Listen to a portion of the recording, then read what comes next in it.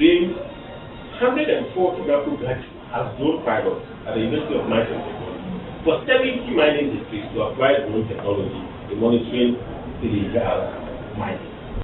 Meanwhile, the party has challenged former President Mahama to explain what they say were explosion of illegal mining activities under his regime, plus ask the NDC to provide alternatives to dealing with the canker. The FDP is challenging Mahama to justify the explosion in the activity in his tenure, with 2 ministers giving up on the fight. What exactly is the NDC going to do about that? We don't know. Perhaps. Meanwhile, the party is also challenging the former president to explain what they say were these explosions. And also, they believe that former President Mahama's comment over the compilation of a new register is in bad taste and threatens the peace and stability of our country. All that and more coming up here on Top Story, brought to you by Gassam, the nation builder. Vodafone, the future is exciting, ready in Antachi Furniture. I am Emefa Apawu. Stay for details.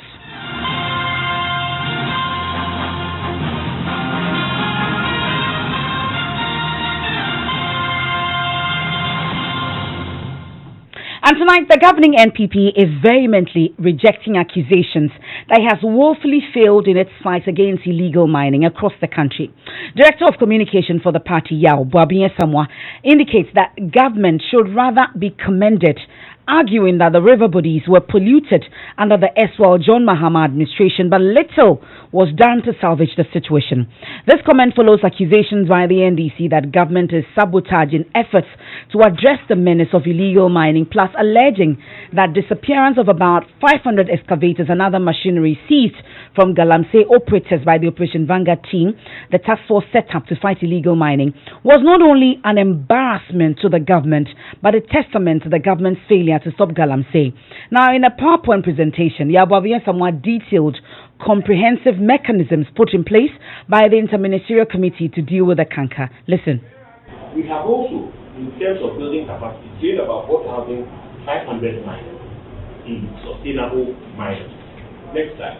This is probably the best of what we've done. The development of the Galamsey. These are all people who have been trained in small-scale mining. When we came in, 1,300 small-scale companies were sent mining. We have vetted 900 out of them. As a result, the directors of those mining companies, their company and personal team numbers, and the actual locations of their concessions were verified and uploaded onto the Galamsey software. We have also trained drone pilots. Now, the government has trained 140 local graduates as drone pilots at the University of Mines and Technology for 70 mining districts to apply drone technology in monitoring illegal mining. And 60 experienced divers were sent to the military camp to strive for 2 weeks to assist Operation Vanguard with their rendering operations. The agency has also constructed 2 landing sites. 2 landing sites on River Crack at Piposo and River Cobra at Aksim. 2 1x45 SDC transporting boats have also been reported for transportation of those rivers. 8 local canoes have been acquired to be used by the task force who are going to combat water destruction. So far, they've also acquired 12 outboard boats, 4 of which have been given to Operation Vanguard, and 8 for the task force that has been given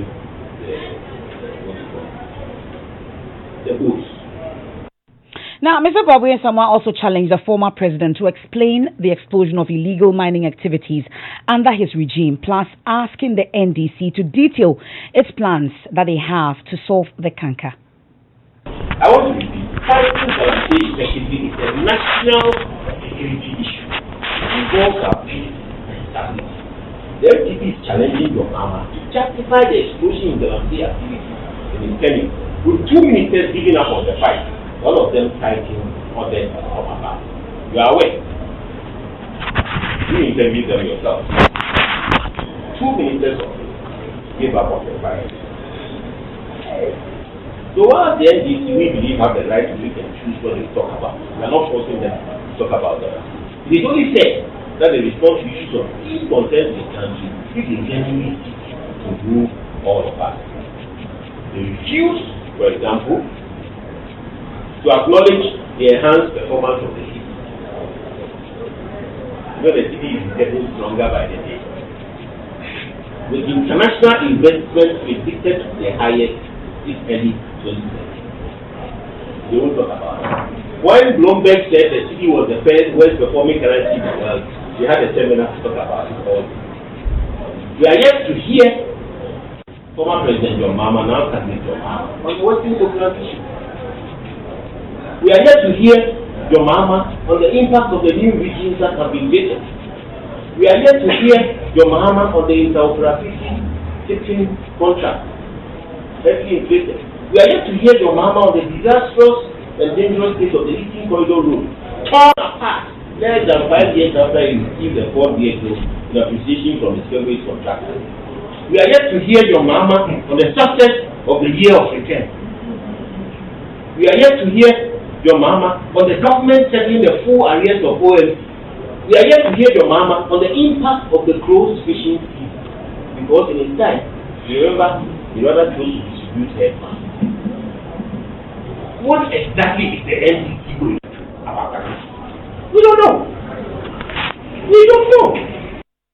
That's the communications director of the NPP at an earlier press conference today. Of course, my colleague Emefa Apawu was at that press conference. He's with me in the studio as well. But let's head on to the phone lines now and speak to Mr. Yabuabiye Samoa. I also have on the phone line Sami Jemfi. He's a communications director, communications officer of the NDC. We know that he also held a press conference by the Pra River over the weekend. So thank you very much for your time, gentlemen, here on Top Story. I'll start with you, Mr. Yabuabiye Samoa.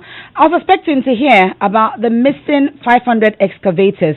It appears as part of your PowerPoint presentation that did not make a showing. Any reasons why? You have confirmed that you have 500 excavators missing. At least I heard from the environment minister here at Joy FM. So that is one of the reasons why we chose the option that once it's been reported to the police, given the numbers being bandied about, it's better left with the police for them to ascertain the numbers and to conclude their investigation. So, we hear all manner of figures. We so hear you don't believe something, 600, 34, 38, 900. The figures are too many. So you don't believe what the Environment and Science Minister said here on Joy, that indeed 500 of them are missing. That's Professor Sentobwati. He has reported the matter to the police. Since he spoke, other figures have been bandied about. Of course, we'll come to that, but we know that he is the chairman of this committee, interministerial committee that has been set up, and he's saying 500.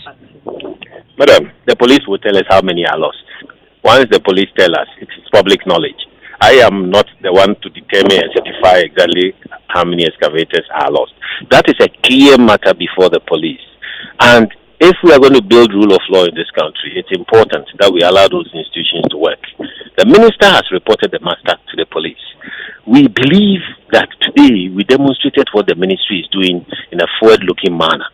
Matters we must engage on. One of the matters that has come up is that excavators have gone missing. Minister has reported it to the police. We in the party believe that the police must be allowed to work to unearth the truth about those things. Now, you insist that you haven't failed in the fight against Galamsey. You mentioned that the rivers were polluted before the ban. That's before you took over power. After the ban, it cleared. Now, today, it is still muddy. At least we saw River Pra on Sunday. Despite the interventions you outlined, how do you explain what we see now?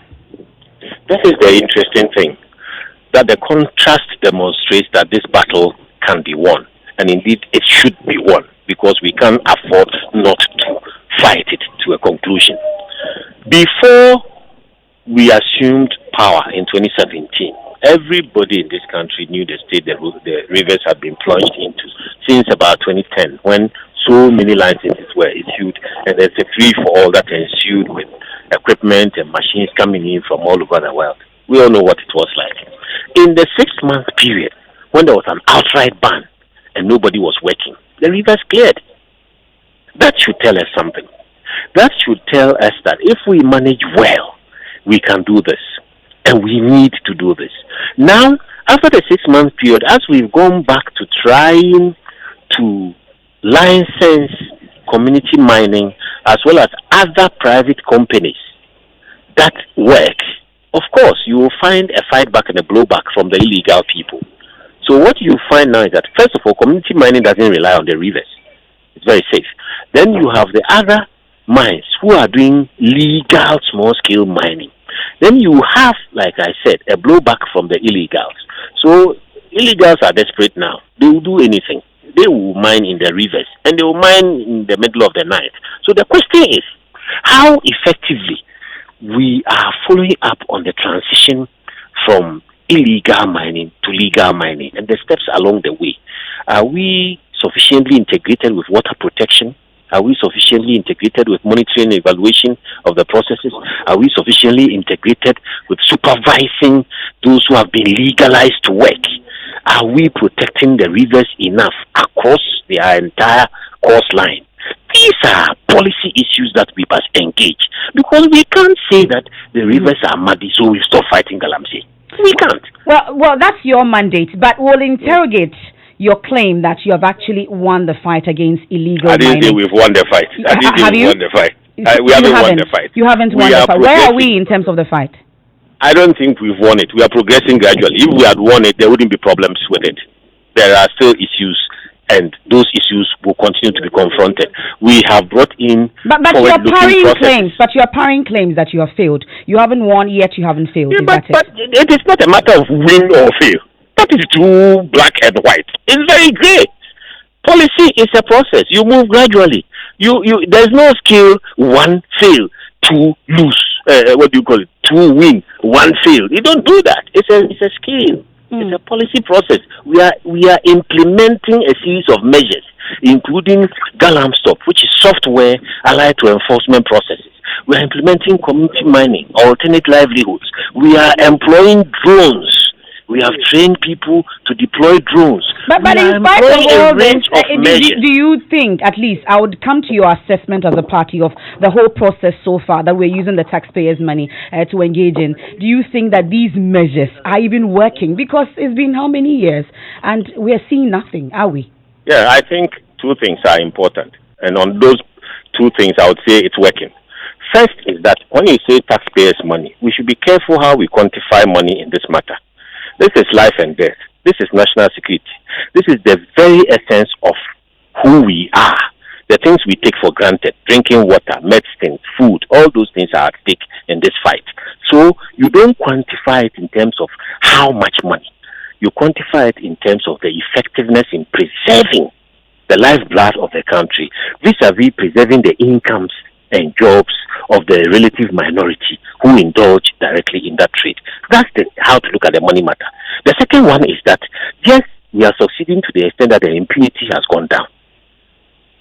There was impunity. Mm-hmm. Everybody was out there doing whatever they liked with impunity, no questions asked. Now there are questions being asked. Now there are processes towards formalization. Now there's identification of the people involved. So there are measures that will take time to bite. That those measures haven't bitten fully yet doesn't mean that they have failed. They are processing, and any process in public policy is subject to review at any point in time. Okay. So I'm not saying that even the measures are concrete and concluded. There is opportunity for review. That's why we are calling for a policy debate on the future of this thing, which is a threat to the survival of this country. We can't reduce this to NDC has failed, MPP has failed. Then what is the alternative? What then does the NDC tell us? If they say we have failed, what are they coming to do? Well, you're asking them to give us an alternative. Let's bring in... Do they have it on paper?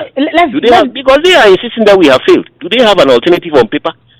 Or we have failed in a vacuum, so they should be voted for so that they will come and restore impunity? Is that what they want to do? Restore impunity? Well, let's bring in the National Communications Officer of the NDC, Mr. Sami Gyamfi. He held a press conference on Saturday, saw the situation first, and our reporters were there as well. We're grateful for your time, Sami Gyamfi. Welcome to Top Story. Like I said earlier, you've heard the NPP at that press conference. They say that the Galamsey thrived under your administration, gives you no moral right to talk about somebody failing or not failing when it comes to the fight against Galamsey. Thank you, Emefa, for this opportunity. You see, I am not surprised that the NPP will seek to deny the obvious fact that President Akufo-Addo's so-called fight against Galamsey has failed. I am not surprised that they will seek to defend the indefensible rot that has engulfed President Akufo-Addo's fraudulent fight against Galamsey in the last 3 years. You know what Ghanaians were expecting to hear from my brother Yabuabia Samwa today was for him to tell us where the 900 seized excavators are. Ghanaians want to know. They want to know where the whereabouts of the 2,779 weapons and ammunition they have seized from illegal mines. Quickly, Mr. James, did you say 900 excavators? 900 excavators. Where are we getting that figure from? At paragraph 801 of the 2020 budget statement presented to the August House of Parliament, the Minister of Finance reported that government has seized a total of 900 excavators since the inception of the fight. They also indicated at that same paragraph that they have seized a total of 4,045 other mining equipment and 2,779 weapons and ammunition. But we know that to date, the Interministerial Committee Against Illegal Mining, constituted by President Akufo-Addo, has failed to account for these seized items. That is what the people of Ghana were expecting to hear from the New Patriotic Party today, and not to engage in the wishy-washy defense that Yabuabia Samwa sought to mount, which for me makes a mockery of the New Patriotic Party. You see, we are talking about the increased pitch, or if you like, the increment in the incidence of galamsey to unprecedented proportions, such that today our water bodies, rivers like River Pra, River Brain, River Fin, River Cobra, are looking so muddy. The turbidity of these water bodies has worsened over the years, with its attendant effects on the health of our people. People are suffering. The businesses of fishermen who fish in these water bodies have been destroyed. You see, and that is what we are talking about: governmental complicity in this failure, where you have a presidential staffer who works with President Akufo-Addo, caught on tape, announces galamsey for documentary, collecting bribes ostensibly to promote the galamsey operations of foreigners and other MPP officials. We are talking about another tape that captures the Minister for Science, Environment and Technology, Professor Frimpong Boateng, and the MPP Vice Chairman for Central Region, Ekwa Wisi, plotting on how they can, support MPP officials to engage in galamsey to raise money to finance the New Patriotic Party. And so, Araba, that the galamsey fight has turned out to be a monumental failure, that it has turned out to be a sham, that it has turned out to be a ruse calculated to appropriate and monopolize that trade for MPP officials. It's a fact. Whether you speak to small-scale miners today, or you speak to the media coalition against galamsey headed by Ken Akshibi, or you speak to your own colleagues like Evans Mensah of Joy FM or Bernard Avele of City FM, the verdict is near unanimous that the man has failed. He has deceived the people of this country. And that is why we maintain that this monumental failure is a betrayal of the trust of Ghanaians, for which reason posterity and Ghanaians will not forgive President Akufo-Addo. So let's begin to interrogate the specific issues. You claim you have seized 900 excavators from illegal miners in the last 3 years. Where are those excavators? You claim you have seized 2,779 weapons and ammunition. Where are these? Well, I'm sure you've heard Mr. Boabien someone say that because of the numbers that are being bandied around, of course, we've heard the local government minister say 34 in Parliament. We've heard the Environment Science Minister, Professor Frimpong Boateng, also say 500. Now you also bring in 900, quoting copiously from the Finance Minister's document. So as a result, they would leave that to the police to investigate. No. Then the exhibition can be done as you've requested. No, I am not just talking about, the accounts of people here. I'm talking about an official document, the budget statement of government presented to the August House of Parliament, for the 2020 fiscal year. Agreed. But subsequently. Number two, Emefa, hold on. Don't you even think that the contradictions from ministers of state on this matter reflect the tragedy we have on our hands? That you have a president who claims to have put his presidency on the line for a certain fight. He has constituted an interministerial committee against illegal money, which we pay, which we fund. They have been working. And they cannot tell you, the Minister for Environment, Science and Technology, who doubles as the chairman of that committee, cannot tell you in clear terms the number of equipment they have seized. Are these people serious? What do they take us for? What do we pay them for? The turbidity of our water bodies is worsening. The pollution of our environment, the destruction of our forest reserves, the destruction of our land is worsening. And Yabuabia Samoa is talking about Bloomberg and year of return and all that. We are talking about water security. We are talking about matters which border on the lives of Ghanaians. And you want to reduce it to such trivialities? Please. This is a very serious matter. Okay? You have a presidential staffer involved in this, Central Regional Chairman of the NPP, the Vice Chairman of the NPP in the Central Region, the General Secretary of the New Patriotic Party. These are allegations you cannot prove. These are not allegations. Are you able to prove that? Oh.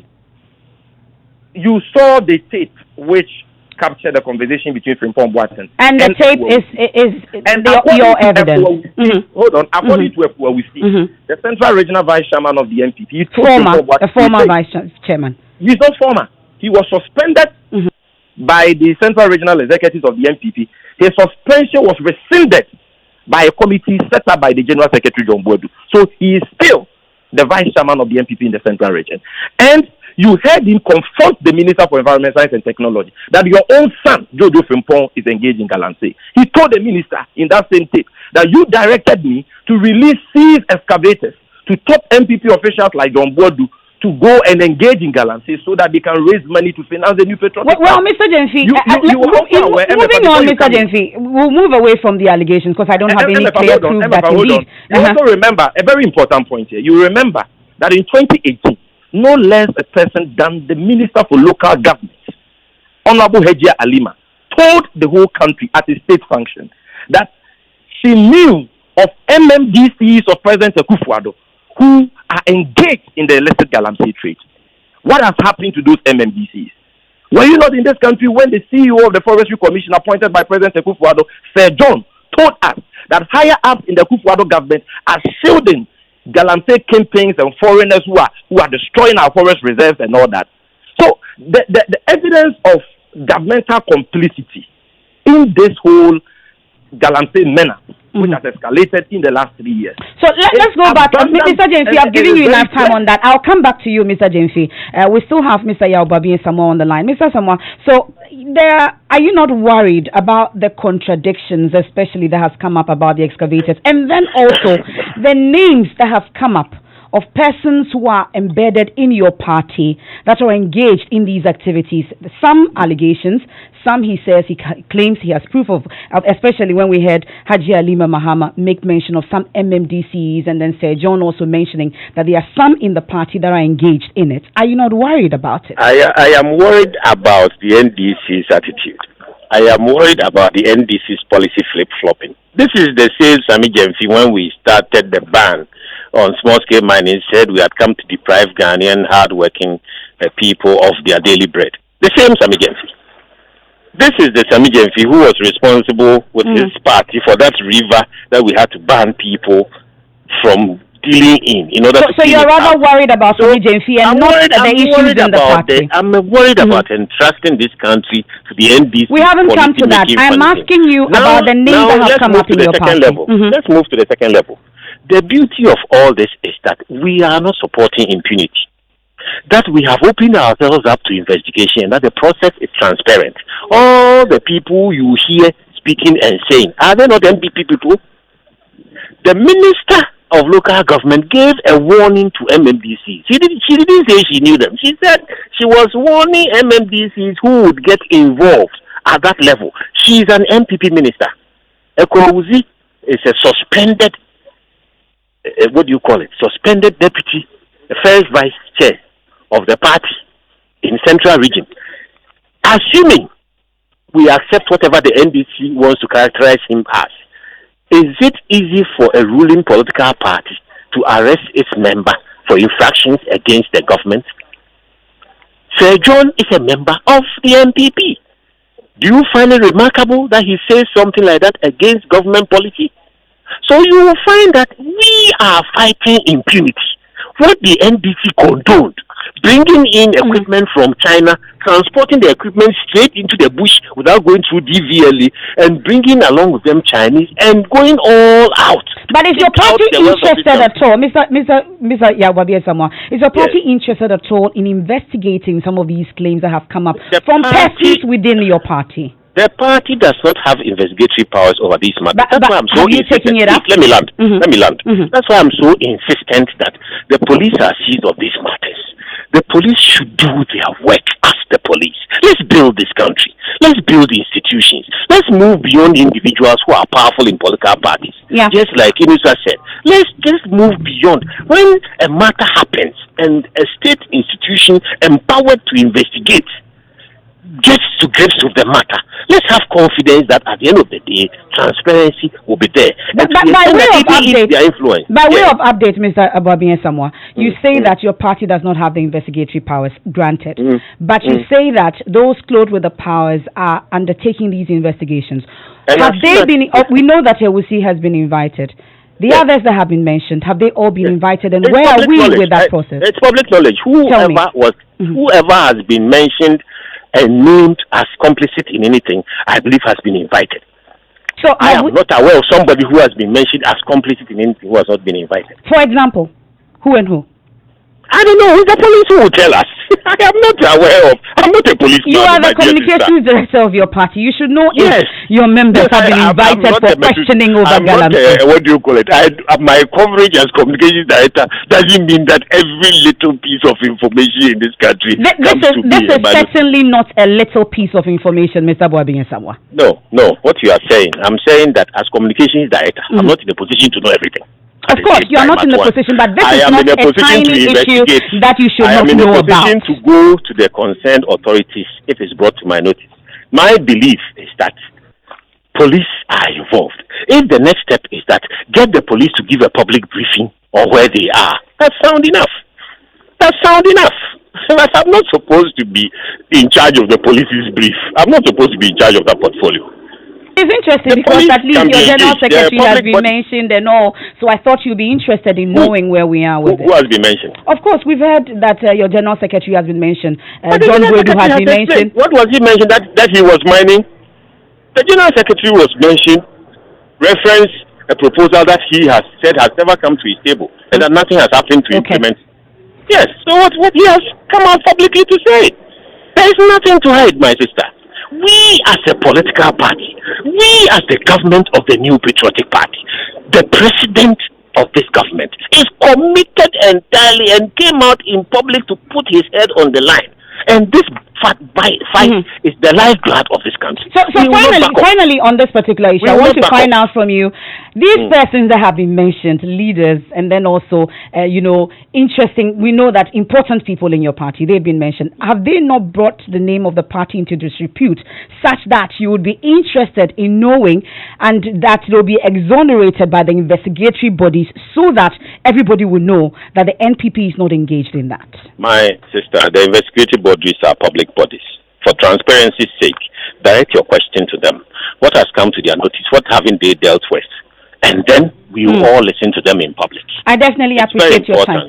I appreciate your time. I appreciate your time, Mr. Yawabi-Asamoah. I'll give a final word to you, Mr. Sami Gyamfi. We need to be getting alternatives. We have outlined all the beautiful problems that we have.